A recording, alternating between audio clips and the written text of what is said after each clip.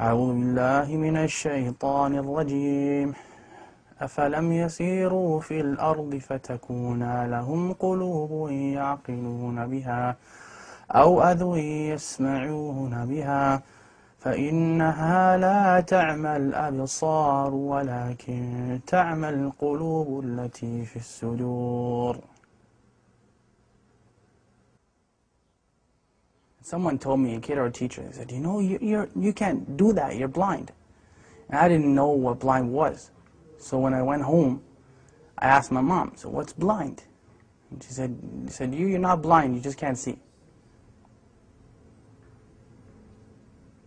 When I took my shahada and I was hearing the Quran, I heard that ayah. And I'm like, that kind of solidified it as the haqq for me, right? Because Allah said that literally. He said, you know, it's not your eyes that can't see, but it's the hearts that are what actually grow blind, right? So that's what I kind of meant when I said blind. To be blind is to be kind of disabled, and I didn't mean it from the eye sense. I meant it from the heart sense, right? That's actually what the ayah means. It's like summun bukmun umyun fahum la ya'qilun. Those people, they are deaf, dumb, and blind, and they don't have any intelligence, right? It doesn't mean that they can't hear and can't see literally, but their hearts are sealed. So they don't hear or see because of the seal that's on their hearts. Those are people that fail to understand what Islam is. Some of them are Muslims claiming to be, and some of them are not. But because you can be, just because you say something doesn't necessarily mean you live up to it. You can be just as blind as anybody else. The king has a friend. This friend was blind, completely blind. Came to this ghulam, Jazakallah khair, he said, I'll give you all my wealth, all of it, if you heal my eyes. And the ghulam, he said that I am not the one who heals, Allah is the one who heals, but I'll make dua for you. But you have to believe in Allah. So of course, Allah healed that friend of the king's eyes and he became Muslim. There's many hadith that are like that. There's one, the person who Allah has taken his two beloved ones from him, meaning his eyes, and he's patient with it. He's promised Jannah. There's a lot of stuff. It's empowering when you think of it, right? It's empowering because we're taught, وَإِذْ أَصَابَتْكُمْ مُصِيبَةٌ قَالُوا إِنَّا لِلَّهِ وَإِنَّا إِلَيْهِ رَاجِعُونَ. Like when a calamity comes to you or a trial comes to you, and you say, from Allah we came, into Allah we return again. And أُولَٰئِكَ عَلَيْهِمْ صَلَوَاتٌ مِّن رَبِّهِمْ وَرَحْمَةٌ. Then those people have special mercy from their Lord. وَأُولَٰئِكَ هُمُ الْمُهْتَدُونَ. And they are the people who are guided. You know, so it's important to empower yourself with that. Because really, I mean, you're never powerless, ever. If nothing else works, you can still make dua silently, right? As long as you can think and your heart is alive, you can make dua. So you're never actually powerless. And that's the message that I try to give people. It's empowerment, you know. You can never say that the Muslims are powerless. It's silly, you know. You can talk to Allah, who's better than Allah to talk to, you know what I mean? So you call your MP and congressman and this man and that one and the third one. And they may or may not help you, but Allah always listens, you know. Food. Look at food. Food provoke desire. Link extravagance in food and drink during Ramadan. 100 link ruling on smelling food and drink. Maybe I should do this. Permissible for the owner of a restaurant to sell food to those who are not fasting and to cover during the day in Ramadan. Now many people would look and say that, why didn't Allah protect them? Why is it that Allah didn't protect those people? Many people would look at that and say that. Many of us would say that. They should have just lied and gave up their religion. Well, let me tell you about them giving up their religion. That was their choice. Either you be burned to death in that fire or you give up your religion.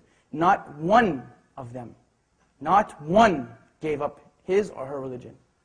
The dunya sijnul mu'min wa jannatul kafir, right? The dunya is a prison for the believer and a paradise for the disbeliever. And we're taught, أَصْبِرُوا وَصَابِرُوا وَرَابِطُوا وَاتَّقُوا اللَّهَ لَعَلَّكُمْ تُفْلِحُونَ. Like be patient and steadfast and have taqwa for Allah that you might be successful. Like there's no end. Say to my servants, do not despair the mercy of Allah. Inna Allah yaghfiru dhunuba jami'a. Allah forgives all sins. Like we're taught those things in the Quran. We're taught them in the Sunnah, and we're taught them by the companions of Muhammad sallallahu alaihi wasallam. So there's no end to the encouragement that we've been given. There's no end to it, you know, and especially from look who the one who's giving you the encouragement is.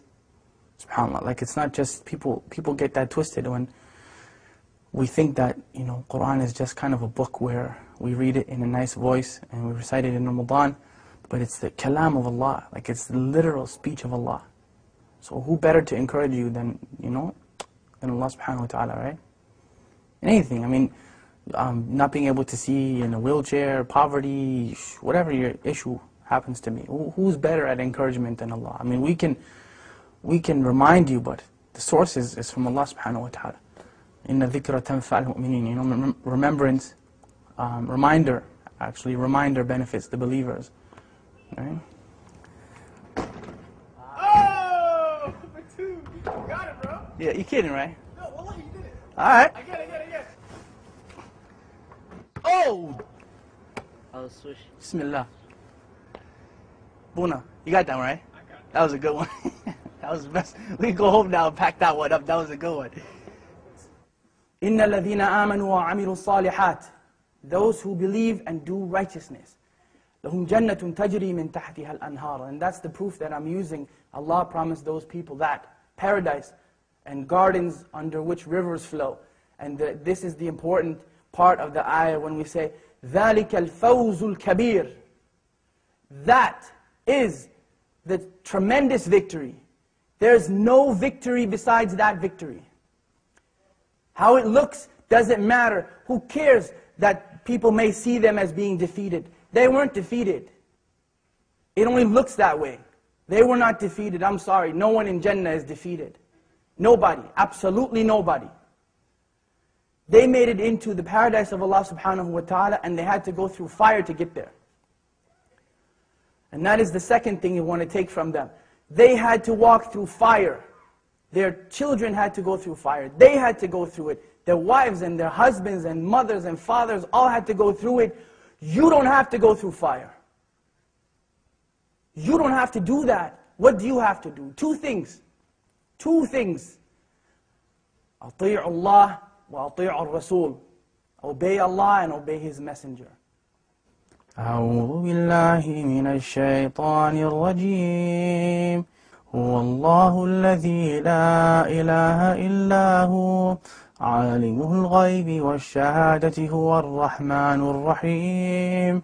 هو الله الذي لا إله إلا هو الملك القدوس السلام المؤمن المهيمن العزيز الجبار المتكبر سبحان الله عما يشركون. هو الله الخالق البارئ المصور له الأسماء الحسنى يسبح له ما في السماوات والأرض وهو العزيز الحكيم.